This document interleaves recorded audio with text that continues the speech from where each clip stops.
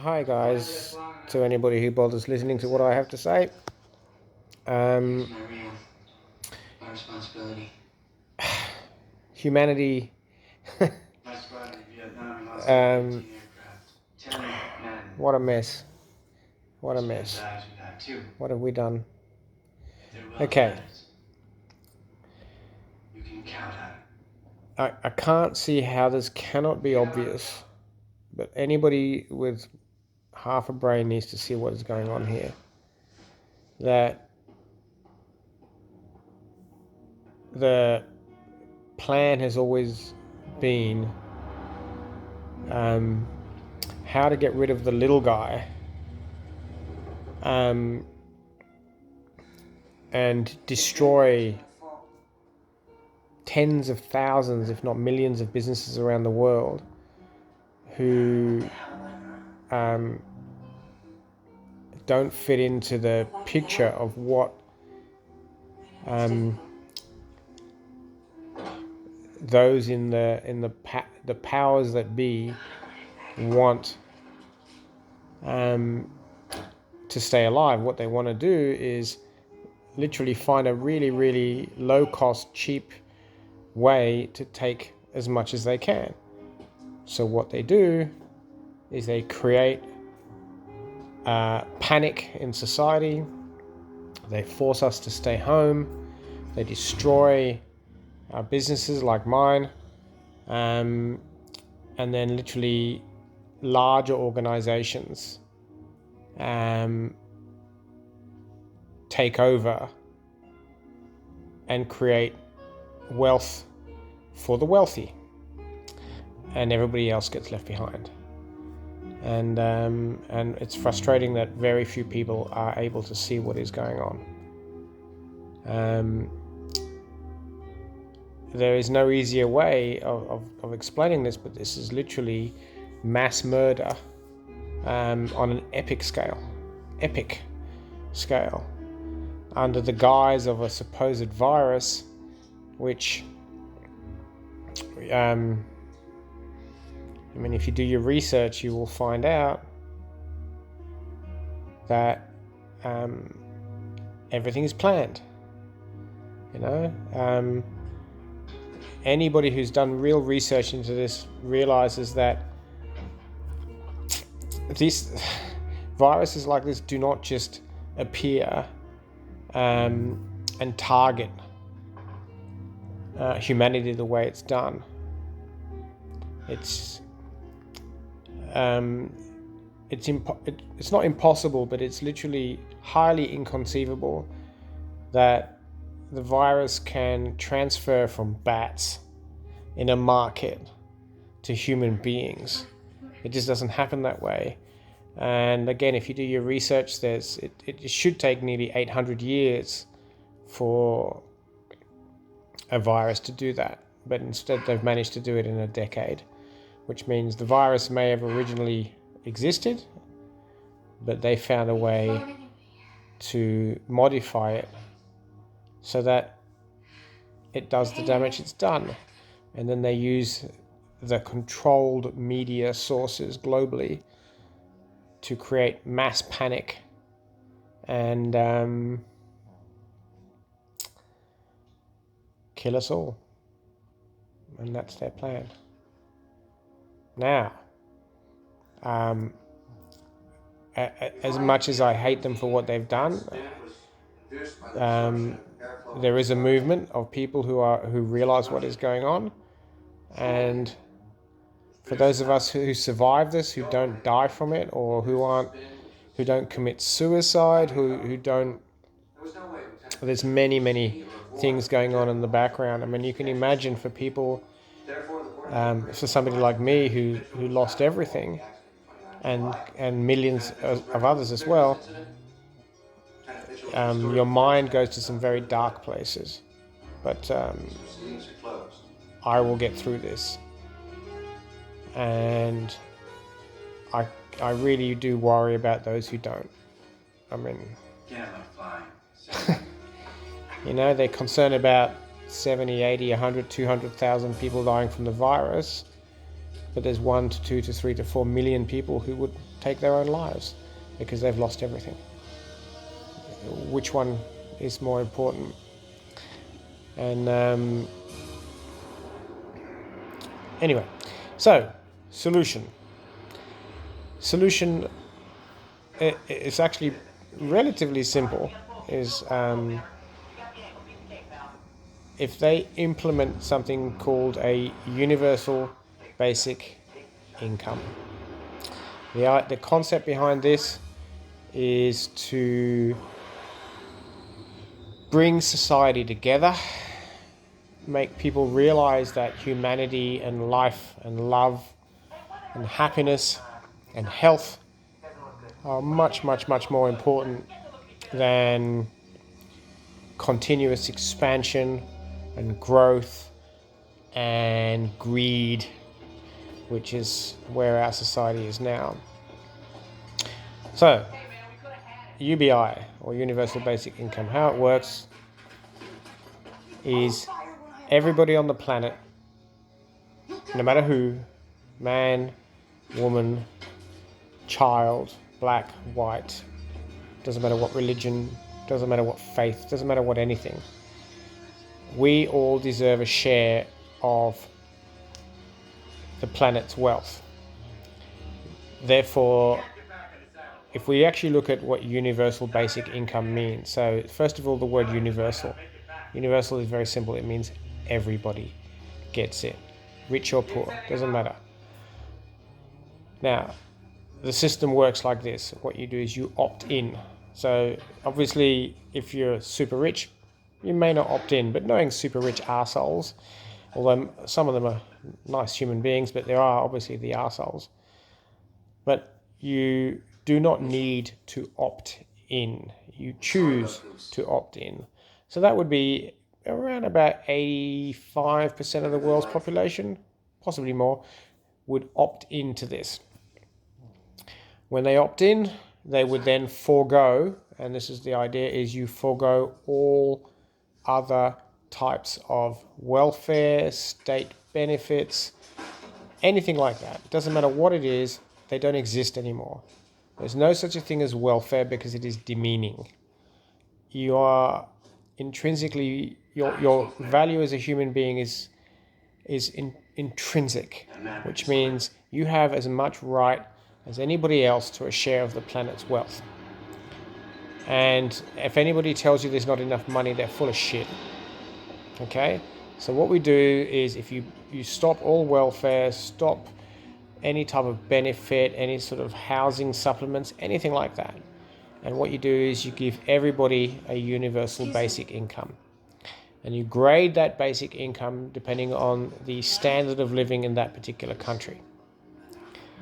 So, for example, here in Australia, that would be around about, we'd say like, let's say if somebody's rent, let's say the average rent is about $500 a week, and then you got basic food and income, you're looking at about $1,700 a month per adult, and for each child, about $600 a month for each child.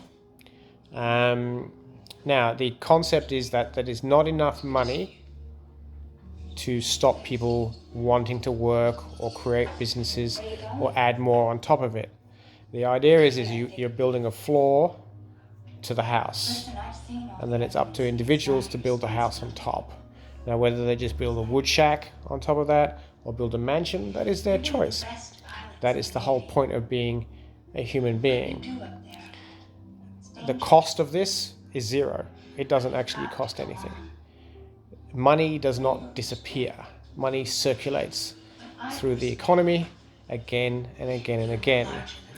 So when governments talk about a stimulus package, or they give you a one-off payment which stimulates an economy, yeah, it sort of works, but it's only a one-off. Can you imagine a stimulus package every month, forever, for the rest of your life, at a cost of zero? Because what actually happens is that stimulus package boosts the economy around about 14 to 15% per annum, which literally pays for itself. It doesn't cost anything. The benefits of universal basic income are huge reductions in people's stress levels, improvements in health, child education, and so on and so forth. And the idea behind this, the biggest and most important idea behind a concept like universal basic income, is that as human beings, we become more human. We love each other more. I don't think of myself as European or English or Australian or whatever. I think of myself as a member of the human species, and we all link together because we all are sharing in a common goal. Now, if I choose then to smoke pot for the rest of my life and sit on the couch, well, that's my choice. Again, that will be in the margins because very few people would want to do that. But if that's what they want, that's their choice. The vast majority of people, families, people who have people who have a great work ethic, whatever, people who want to open up businesses, vast majority of people will fall into that category and will create an incredible economy and society based on love and humanity and just taking us forward. You know, part of the reason for universal basic income is not to do with this pandemic or this nonsense virus that people have created. Part of the reason is that as we move forward in society, and this is what's going to happen because of the pandemic, because of this pandemic, it's sped things up much faster. What's happened is that if I'm a business owner, which I was, but I've lost it, doesn't matter. But if I was a business owner, even in my tiny little business, which was based around people walking into a store, purchasing things, and getting a great level of customer service and people enjoying interacting with my staff members and so on and so forth, even now that will change. It would have sped up. Now that would have happened anyway, because what's going to happen is with the cost of labor and the way things are moving forward, companies are going to be forced to look at automation. Now, this was already a massive problem before all of this, but imagine that now just sped up. If I'm the CEO or CFO of a large organization, trust me, I will be finding ways not to employ people, but to find automation, robotics, artificial intelligence, anything I can to replace those workers so that if this ever happens again, number one, I don't have to worry about it. And number two, once you put AI in and replace the workforce, that's it. It's a one-off payment or a small license fee for software, and that's it. So all of a sudden, those organizations that can afford to do this, which are partly responsible for what has happened in the first place, think about it, that's how things work. Now, those three words, so universal, everybody. Basic, it's to cover a human being's basic needs. So like I said, Australia would be, say, $1,700 a month. USA would be probably $1,300 US a month. Let's say India, a much different standard of living. Let's say $300 a month. Now, that's not me saying that India deserves less. It's just currently based on the current standard of living. So obviously somebody in India, let's say the 80-90% of people there living what you would call paycheck to paycheck, $300 a month would be huge for these people. Now, does it stop there? No. The idea behind this, or at least my idea with universal basic income, is that every country on the planet, everywhere, should have access to this. But we need to give people reasons and motivations to fix the world's problems. So let's look at climate change. So we all know that this is an issue. It's an existential threat, and it seems to have been ignored because of the pandemic. Although what's quite surprising is because of the pandemic, people are going, wow, look, the water's cleaner, the air's cleaner. La, la, la. Of course it is, because we're not throwing aircraft into the skies that are dumping huge amounts of fuel and I mean, just the pollution that comes from these sort of things. And we've reduced the amount of cars on the road by 60, 70, 80%. Of course, oil. All these things we can look at. But the only way we can look at these things, because they are big problems, is to take what I call the economic boot of people's throats, the masses, and get us all together, join forces, and tackle these issues as a species, not as like a government who maybe wants to do something, or Bill Gates or whoever. And that's where we need to go. That's where we need to go. Now, I truly believe this simple proposal will change everybody's life for the better, including the really, really wealthy. Now, the reason why is those really, really wealthy and the people who want to be in power, they all own or control or have shares in or whatever in vast companies and big tech and whoever.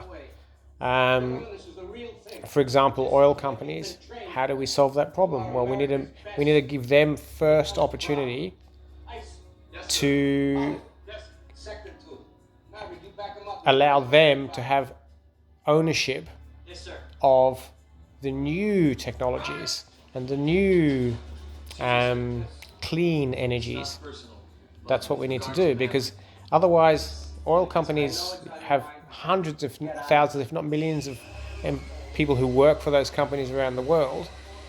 They deserve as much help as anybody else, because what's going to happen with those companies is, as we do slowly, gradually move towards renewable sources, and for example, electric cars, what's going to happen? Well, those people are going to be able to work as well. So we need to make sure that doesn't happen. So rather than creating new entities to take over that type of industry, we give the existing industries the opportunity to be first to market, and using their vast resources to tackle these changes, but give them the opportunity. Now, for me as a business owner, or was a business owner, if I knew that I owned a mobile phone shop, okay, and unfortunately where I had my mobile phone shop was on a place called Bondi Beach in Australia, which, because it relies on tourists, and there are no tourists, doesn't matter what you do, there's no customers, so you're gone. So what you need to